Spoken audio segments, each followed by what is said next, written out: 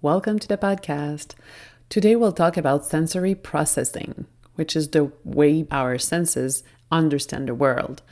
And we'll go beyond the general senses, which are touch, smell, taste, sight. Am I forgetting one? Anyway, you know them. So we'll go behind those because there are three other senses that we generally don't talk about that are part of how we understand the world. And our emotionally intense kids sometimes understand the world in a different way. So we'll do that today. And to do that, we'll welcome guest Munira Ardhanwalla. She's been a pediatric occupational therapist for more than 25 years. She specializes in sensory processing. She helps children from birth to 13 years old to move, learn, play, and write by getting to the root cause and developing the underlying sensory and motor skills needed. Munira is a strong advocate for parent-centration and knowing their child's best.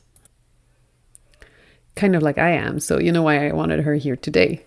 She empowers parents with the knowledge and confidence to support their child's sensory, motor, and emotional needs through consultation and parent groups program. She's the creator of the Foundations for Writing program, which help parents develop and support their child's underlying sensory and motor skills for writing, using the No Writing Way approach. So let's get started.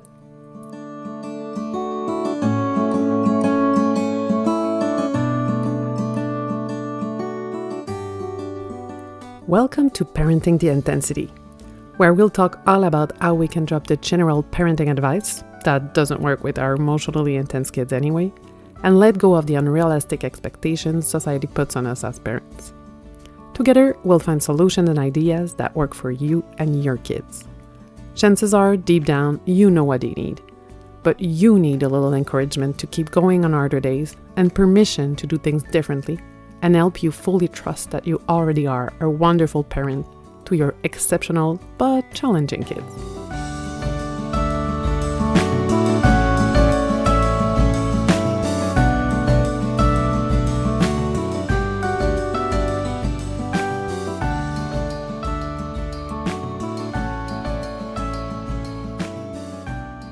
So, hi, welcome Munira. I'm really glad you're here. We'll talk today a bit about sensory processing.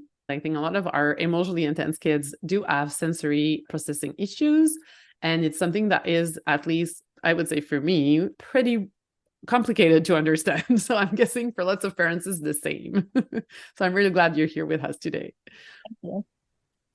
So first, can you explain the one-on-one of what is sensory processing? Because we all know the senses, taste, smell, and things like that, but sensory processing is a bit more complicated than that. And sometimes we just think of maybe the kids with the headphones that don't too much noise, but it's more than that. Yeah. So it very basically, it looks at how you make sense of your senses. And the way I look at it is I compare it to a computer often. Like a computer, you have input, which is like the information that comes in. Then you have how it's processed inside of the computer, and then how it is output.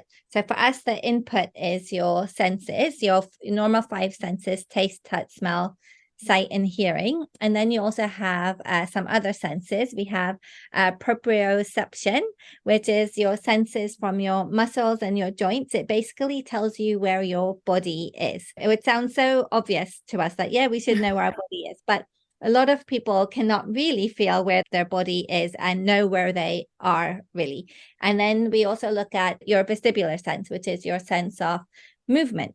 And then there's also your interoception sense, which is knowing and feeling how things feel inside of your body, whether it's knowing when you have to go to the bathroom, or knowing when you're hungry, or knowing when your heart is racing or your breathing feels a little fast, and how all of that relates to your emotions and feeling when things are starting to happen.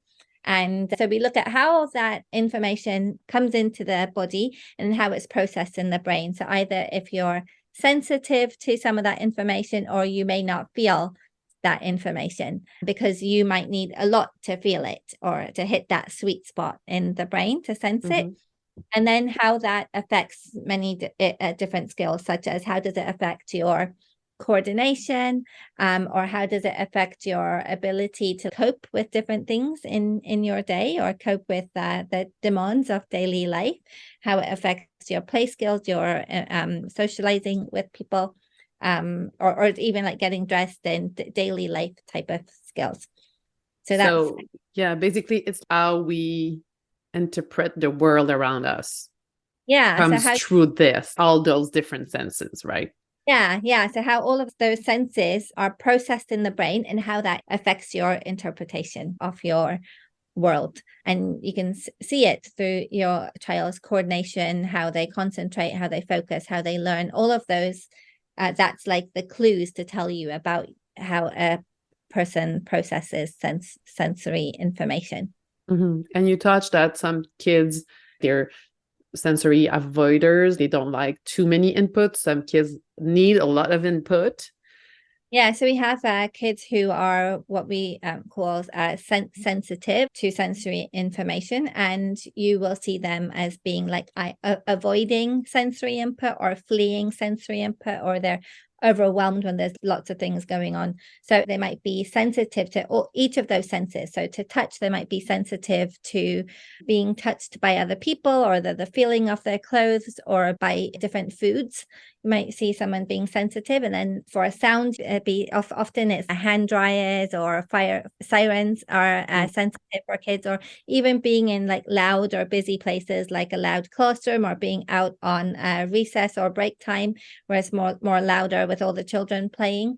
And it might be even sensitive to movement, where they're more really cautious with moving their body, or as babies it might be that they had a hard time being moved around, like the kids that don't like to be thrown in the air or climbing up high or going on the swings may be hard for them because they feel it a lot, and they're also a bit insecure with their body. They're not feeling where their body is in space, so they feel lost with their body. Is that what the like weighted blanket are helpful for?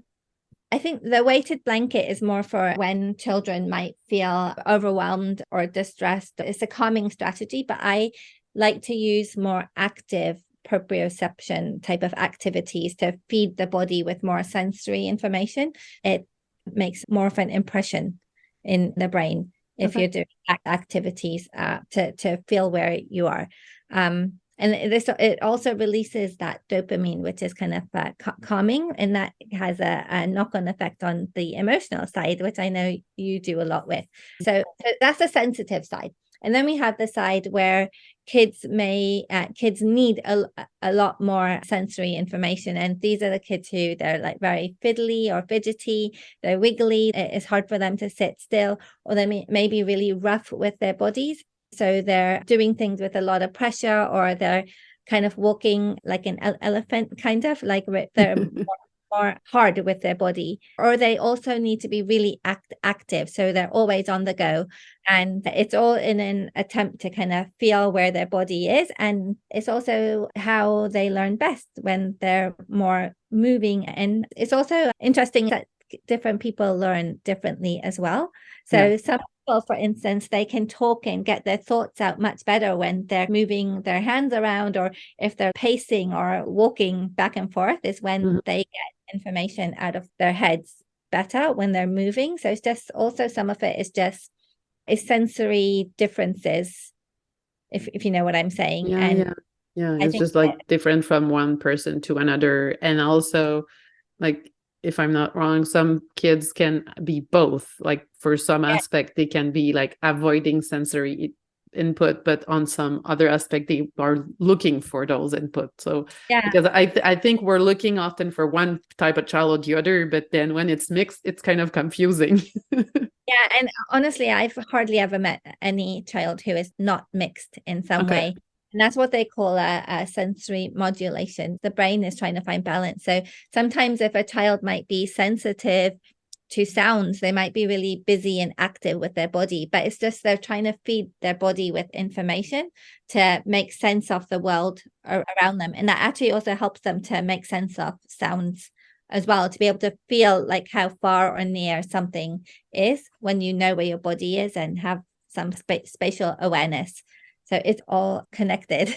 Yeah. And it can be complicated for parents to understand what is playing. Like, I know for a long time I was confused because one of my children, it looks like she's avoiding sounds, but then she yells really, really loud. So that doesn't make sense. It's weird. Why is she so loud if she doesn't love loud sounds? Yeah. And it also might be, I think when you're in a, and I don't know your child, I'm just saying what I know from people. Sometimes when you're in a high state yourself, or a fight or flight kind of state, or if you're sensitive, you kind of use a high-pitched voice on that level as well. So that might be a reason. Like, I know if I'm stressed or overwhelmed, I might get a bit louder and my voice gets a bit like shorter, if you know what I mean, like short breath.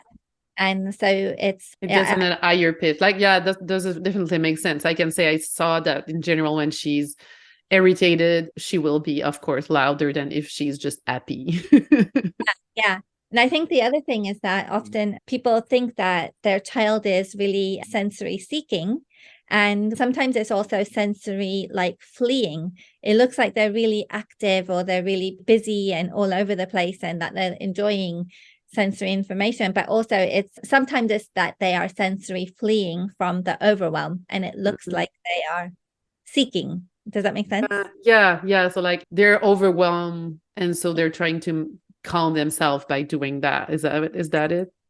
And what looks like they're moving is they're also trying to just get away from the overwhelm. And I think that's really important from the emotional side of things, to notice when it looks like they're sensory seeking, but they're fleeing because things are becoming too much. And it might be too much right then in the moment, or it could just be like a buildup of too many little too muches. That present later on.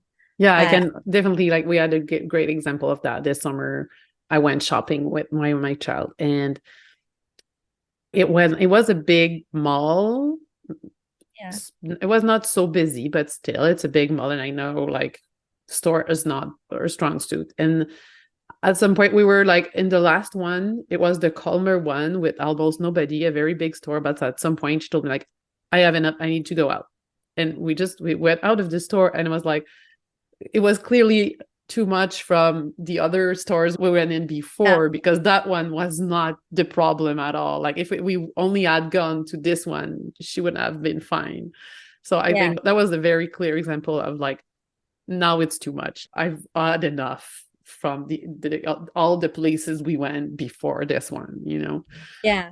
Because I think sometimes it doesn't make sense. If I didn't know anything about that, I would like, why is this one a problem? Since it's the calmer one of it all, why? But once you know it can be an accumulation of triggers and of sensory input, then it makes more sense. I think it's like the example of like the blue plate that the kids can make a huge thing about. It's generally not the blue plates the problem. Yes. Yeah, it's something else. Yeah, it's something else going on, and other things that had accumulated over the time, and then they're bursting for the color of the plate for a reason that is nothing to do with the color of the plate. Yeah, exactly. And I think as parents or adults, we probably feel this way about things as well, isn't it? It's like all the little things that you deal with all day, and then you're like, I can't take it anymore. Yeah, definitely. And we lose patience much more at the end of the day than at the beginning of the day. Yeah. All those little things have filled up our cup too much. Yeah. And I think it's a great reminder that we also are sensory people, and we can also be more sensitive to some things or need more seeking on some things. And so it applies to us as parents also. Yeah, totally. Like, even some parents, it's harder to cope with too much noise, you know. Or I'm just thinking, because I get dizzy easily. So if I see that people are turning around in circles or pacing back and forth a lot, it makes me feel dizzy. But this is like a me problem. It's not a them problem. We have to also work together sometimes as well. And that would be the vestibular one, right? Yeah. It's also your eyes. Your eyes and your movement system are connected together a lot. Yeah. That's another interesting thing, is like all these senses, they work together quite a lot. So your movement system in the brain, it sends a lot of pathways to the ears. It sends a lot of connections to the eyes, and it sends connections to your muscles and your joints to help you feel your body more. And it also sends connections to the limbic system, which for your emotional system to help with calming. So all of these senses, they affect other senses as well. Mm-hmm. And which I think it kind of makes things a bit more fun at the same time, knowing that you can help a child with their emotions by working on their proprioceptive sense, for instance. The sense giving you lots of input to your muscles and joints, and that's going to release that dopamine, which is calming as well, and it's grounding. So by doing activities like jumping on a trampoline or crashing onto a crash pad, or climbing activities or obstacle courses or heavy pushing and pulling, or those kind of activities, you might think them and say, oh, how are we working on emotions by doing that? But by doing that, you're grounding the body and telling the body, here you are and where you are more. And then that helps your emotions get grounded more as well. And in my programs, we work on controlling our pressure, or knowing the force that you use with your body, hard force or medium force or light force. And this is something you never have to think about. It just automatically happens based on the activities that you're doing. But we work on developing the underlying skills. But I often find that once kids can control their body and stop and start and move their body with more control, parents are often saying that they're also more steadier in their emotions and more grounded with their emotions and dealing with stuff more as well. But it's just because, the body and the mind are all connected. And it's that proprioceptive sense. The grounding is not just in your body, it's grounding in your mind and your emotions as well. And when you feel what your body is doing, you can kind of feel the emotions more as well. Okay, so it's like it helps the interoception part too. Yeah. Is that it? Yeah. Okay. Yeah. Okay. So it helps to feel what we're feeling inside too, when we are more like grounded in outside with. So basically that maybe I'm completely off here, but is that like related to mindfulness in some way? Well, what I think happens is when you feel your body. And okay, I'm going to go on a slight tangent here, but it is kind of connected. Yeah, go. As well. You know how when you're in fight or flight, you're kind of moving fast.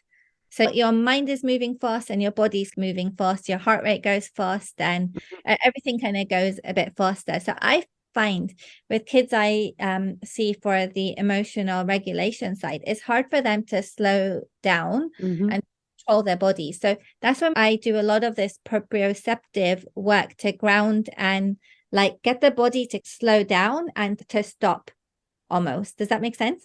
And then when we can work on the body being able to be stronger and more able to stop and start, it impacts on the emotional side as well. But this whole being able to kind of come out into a slower pace and a more grounded and steady and stronger body, it also brings the mind to slow down as well.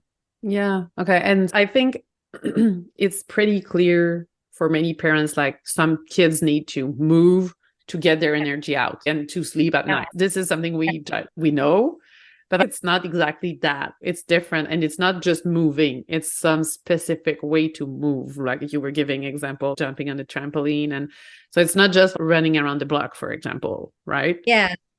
Well, for some kids, that running is more activating to that fight or flight system. So it's doing things which bring you down and bring you kind of here. And that's anything that's got more heavy feeling to the muscles and the joints.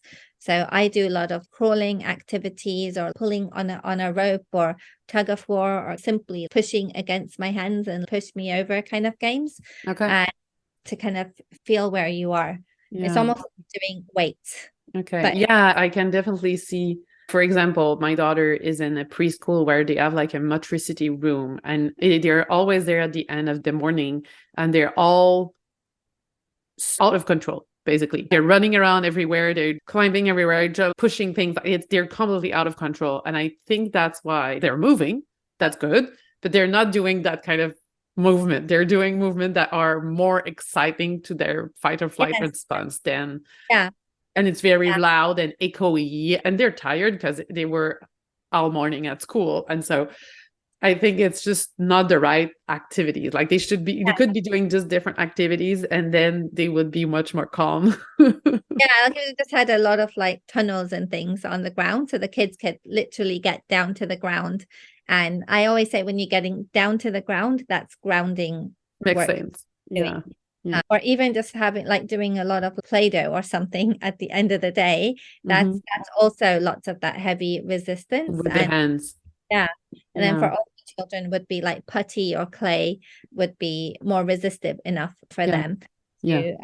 to be more grounding for them. So And I love also your example of like pushing against your ends. Would you say it's something that we could use if the child is really dysregulated and in a complete meltdown? If the child accepts to do it, is it something we could do to help them calm in the moment? Because that's something that parents ask all the time. Like, when my child is completely dysregulated, what can I do? Yeah, I think it's something you can try, but also in the moment strategies are quite difficult to do. Sometimes you just have to ride it out. Yeah. And you almost have to clock it for next time as a parent and just bring awareness to yourself of what happened before, what came to this level, and what can you do next time? And can you add those sensory strategies next time before you're going to do that thing, or what led to that. And also sometimes you just don't know what led to that moment as well. It can be very hard. I also think that sometimes we can see our children starting to become more overwhelmed, and when they're not completely dysregulated, they're just starting to be dysregulated, then we can send them on the trampoline or things like that, and not wait for them to be completely dysregulated. And sometimes we just don't see it. Sometimes it's just 0 to 100 in like matter of seconds, and we don't know. But I feel sometimes it's helpful, and just doing those more sensory activities on a regular basis, I'm guessing, is helpful too, right? Yeah, I think, and also knowing your child and when to do it. I'm not very strict about doing things like every 1 to 2 hours. I think it depends on your child and on the day and what's going on for them on that day, if you know what I mean. Yeah. Like, but just making to notice your child and when it is that they need to have like their cup filled. And as you do more, you'll see when is a good time to do this. So yeah, and it could be, for instance, if you're going to school, you might have like putty or something in for them to play with in the back seat of the car when going to school. Or it might be that you walk to school instead.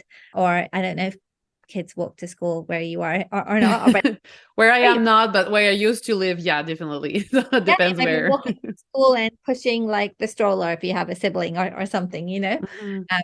So say jumping works or not. It's different for different children. For some children, the jumping is activating. And for some children, it's really grounding. And I think it also relates to what their strength and coordination is. So how hard the jumping is. Because you go like jumping, and they're not stopping. And then they fall at the end. And that's a jumping where they're not able to stop and control within the jumps. Whereas I will work on jumping and being able to stop as well. So for me, if the child can do one jump and stop, that's great, because that means that they can control. Yeah. So if kids can control the jump, then I find that it can be a really positive thing. And then for them to control, I find it puts them more into fight or flight. Yeah, because they're kind of in physical danger to some extent, because they can fall and hurt themselves. And if parents are trying some of those things and they're looking if the child is, it's calming for them or if it's just more dysregulating, what should they look for to know which effect it has on their children? Yeah, so if it's calming, you'll see, you feel that sense when it's like a sigh almost. And so you'll feel that with your child as well, that they will kind of slow down. They might be a bit more focused, and they might be a bit more playing with you. You might find that you might even notice more like coordination as well. And then if it's the opposite end, one thing you might notice is a higher pitched voice. You might notice that they're kind of moving a little faster. And it's really interesting, because sometimes this is all kids know. When kids are in this fight or flight kind of state, or this fast kind of state, that to them is their normal. Mm-hmm.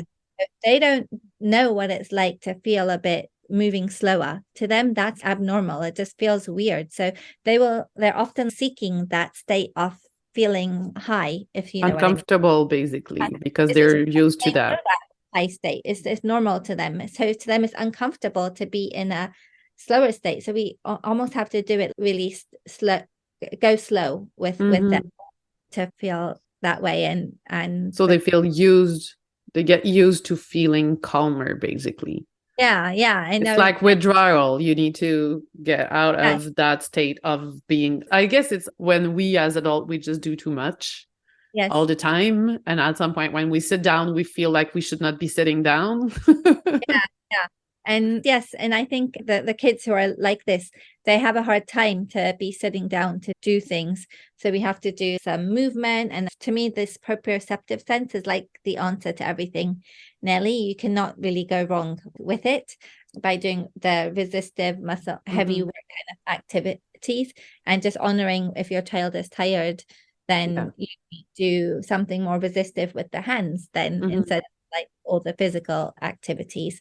But if you do too much movement, you can go wrong with it because it can be too activating for you. But the proprioceptive sense, it's really the safest place to start, and is why in my programs and when I see kids one-to-one, I always start with the proprioceptive sense.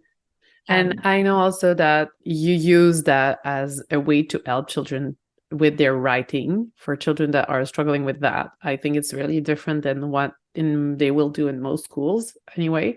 For children who needs help writing, what can you suggest parents translate that to writing? Because I would say from the get-go, I don't see the relationship between the two. Actually, it affects kids' self-esteem and confidence quite a lot when you just do more of the writing practice without addressing the skills that they really need. Like the writing is just the tip of the iceberg, and it's really a reflection of other things that they need help with in their body. And the way I look at it is I look at the whole body, and I use what I call a no writing way to help kids' writing, which many parents find quite a relief almost that there's another Lots of kids too, I'm sure. And the kids, yes, the older kids, I have parents say that they told their child that they're going to use a no writing way to help their writing. Right away, they're kind of really curious about it. So much more on board from the get-go, I'm sure. Yeah. And it's because, well, the writing, it's a reflection of a child's sensory processing and strength and coordination. So to write, you have to really look big first. We look at a child's body awareness, their strength, their coordination, and you have to have this awareness of your body to really first even be able to comfortable to sit still to write, or even if you're standing and moving, but there's still an element of stillness when writing. It's hard to write when you're moving at the same time. Definitely. I've tried to do it, and walking and writing at the same time is not good. I do it quite a bit because I have a clipboard that I will stand and write with, and I get stiff when I sit. So I like to be moving quite a lot. So, but even you're more still when you're writing, right? So you have to have this body awareness of your body to know where your body is, and then you have to have spatial awareness to know where your body is related to other things. And for writing, you have to have lots of spatial awareness and understanding of spatial concepts to know how to form the letters, if it's going top to bottom or across or around, and putting all of that together. And then you also have to have this strength and stability so that you can kind of hold your hands and your fingers and have a stability. The trunk and the arms need to be strong enough and stable enough, basically. Yeah, a steady base so that you can control with your hands and fingers. And often when kids are pressing too hard when they write, or their hands are getting sore from writing, it's because they don't have a steady base. But before even, of course, people always think, oh, we need to improve core strength and their shoulder strength first. But before that, you have to first really activate the body and help the body feel aware, because you get sensory input first goes to the brain, and then that affects motor output. So it makes sense. You first need the sensory awareness before the core strength. if that makes, Yeah. does that make sense? Yeah. So you need to know where your body is before the strength comes after knowing where the body is. Yeah. Yeah. Otherwise, it's too hard Yeah. to work on the strength if you don't know where your body is. So that's what I do for us in my program is we start with this proprioceptive sense, and we develop this body awareness, and it's a program for handwriting. But really what happens is kids' self-esteem and confidence is the biggest thing that develops from in general, like often in school we focus on what's not going well. So if you're not writing well, we're going to practice that more, which is hard for self-esteem because you're doing more of what you're not good at. Which is not the best. But when you focus on something else, that makes it at the end that you're writing better without even trying. How good does it? It's the same thing as I have trouble regulating my emotions. I'm working on jumping in trampoline or jumping in a bed, and suddenly I'm having less trouble regulating my emotion. How great that is. Yeah, exactly. And it's really interesting because sometimes when you develop their body awareness, one of the things that happens in my program is that parents will say that their child is scaling the rock wall all of a sudden now. And because they have the strength and coordination, and at the same time as that, as their confidence comes as well. But can you imagine? Can scale this rock wall, your confidence also comes in. It translates to many other areas. And although I love seeing kids interested in and choosing and wanting to write because they have the strength and coordination stuff to do so, my favorite thing that comes up is that they feel like good about themselves and they have confidence to try new and different things, and they can see that they can do things as well, which is I think quite empowering for them. Sure.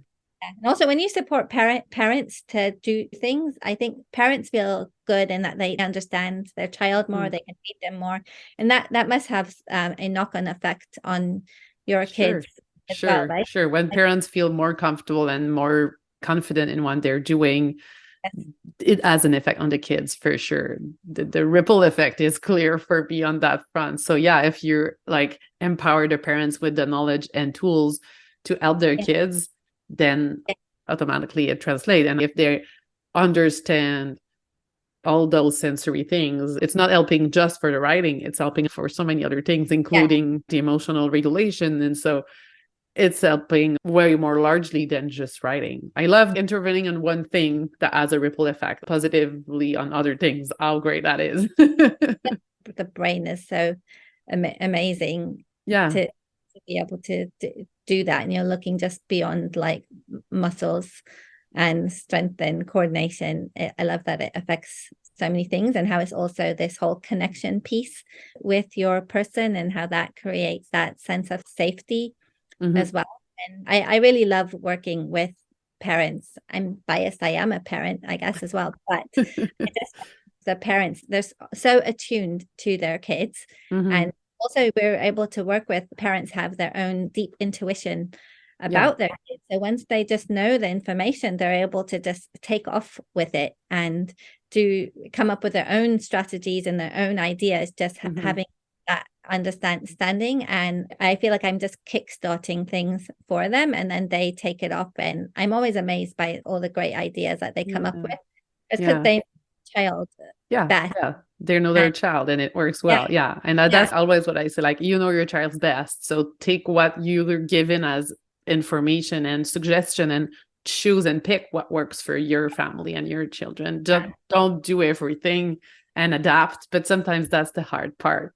It's adapting every information that gets in, because there's so many and some are contradicting one another. And so it's cleaning that and making sure it works. But sometimes hard.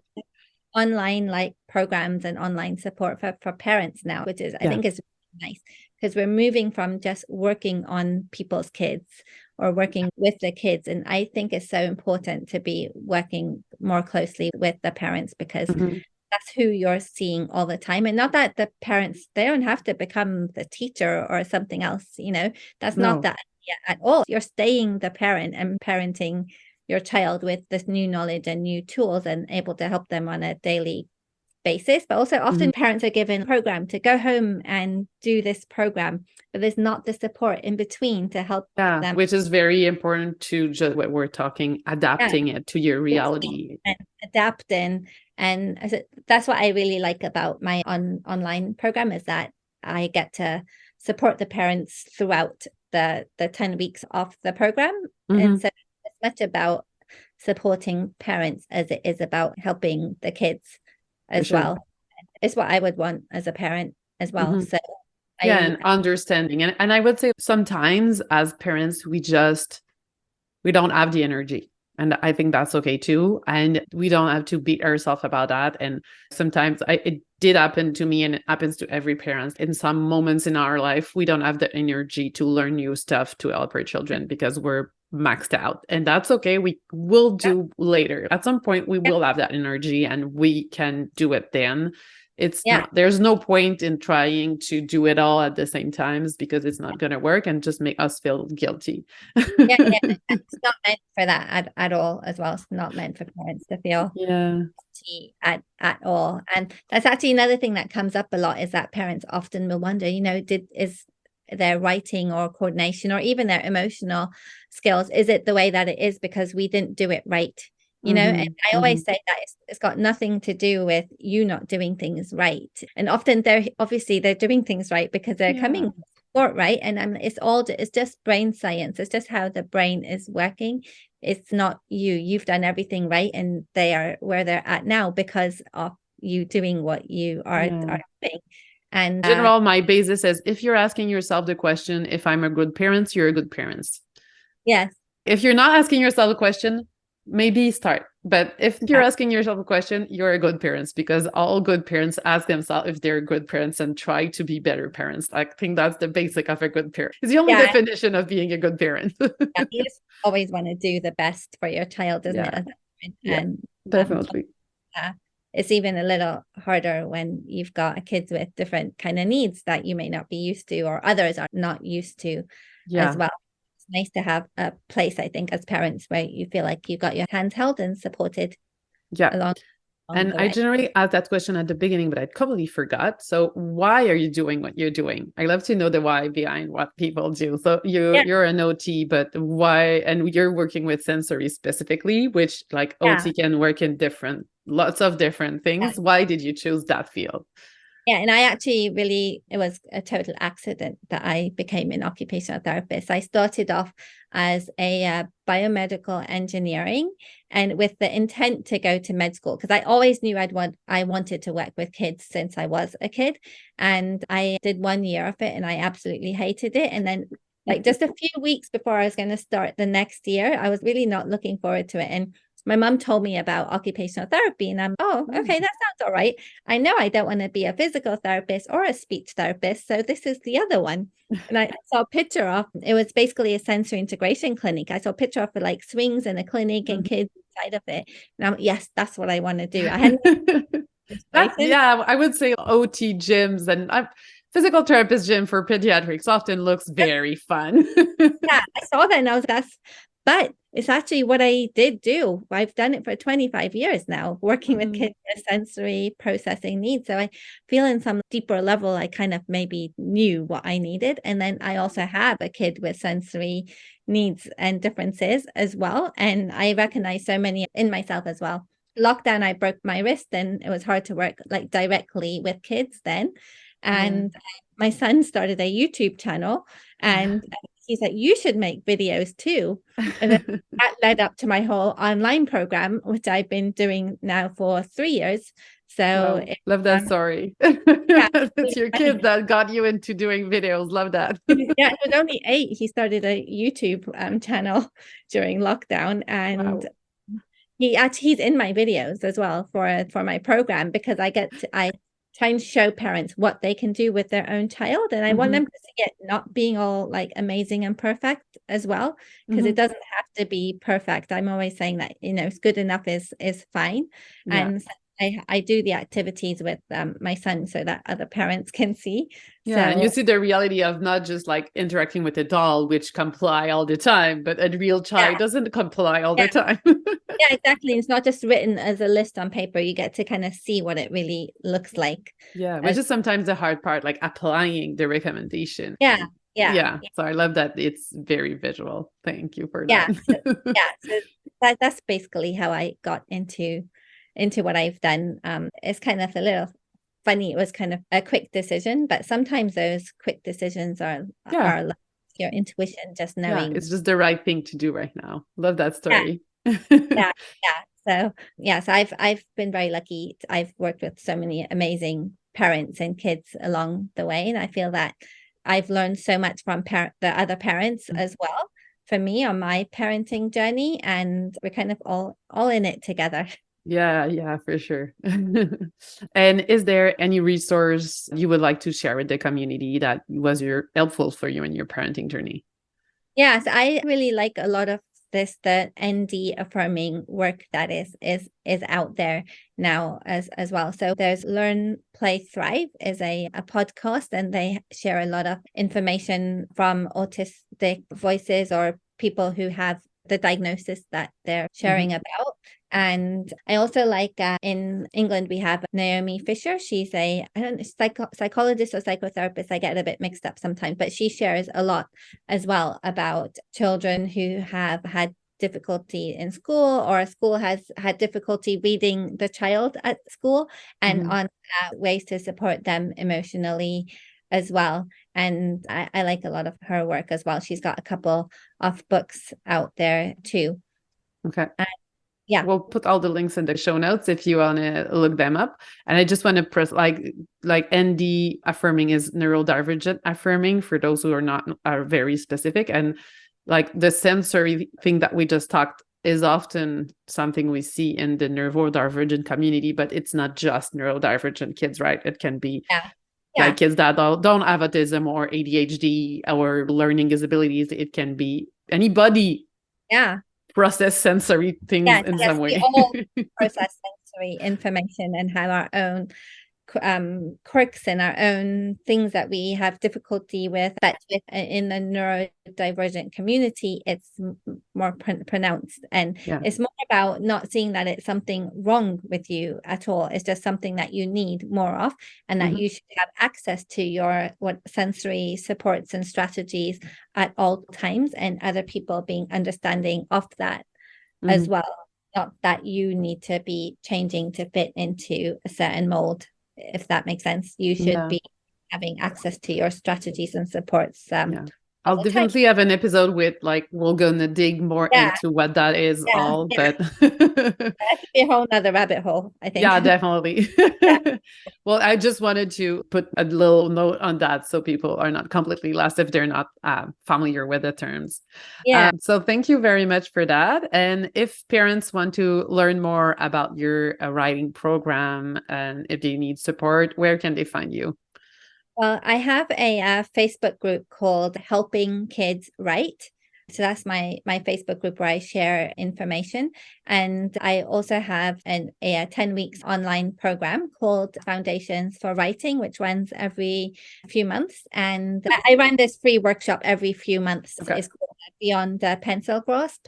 And I run that every few months. And then my program runs after that. But you can find out about all of that in my Helping Kids Write group, and my website is ot4kids.co.uk. Okay, so we're gonna put all those links in the show notes as well, so people can find them more easily. Great. And I always say, if you felt a nudge, if that might be something that works for us, I always encourage you to go and check more information, because often we know as parents what's going on, but we know without knowing. But when we come across the right knowledge, suddenly it clicks. And when it clicks, I always encourage parents to just go for it and go check that more, because often we're right. There's lots of chances that it is part of it anyway. Might not be the only thing, but it might be part of what's going on. So if anything resonated, I encourage you to explore a bit more. So thank you so much for being with us today, Munira.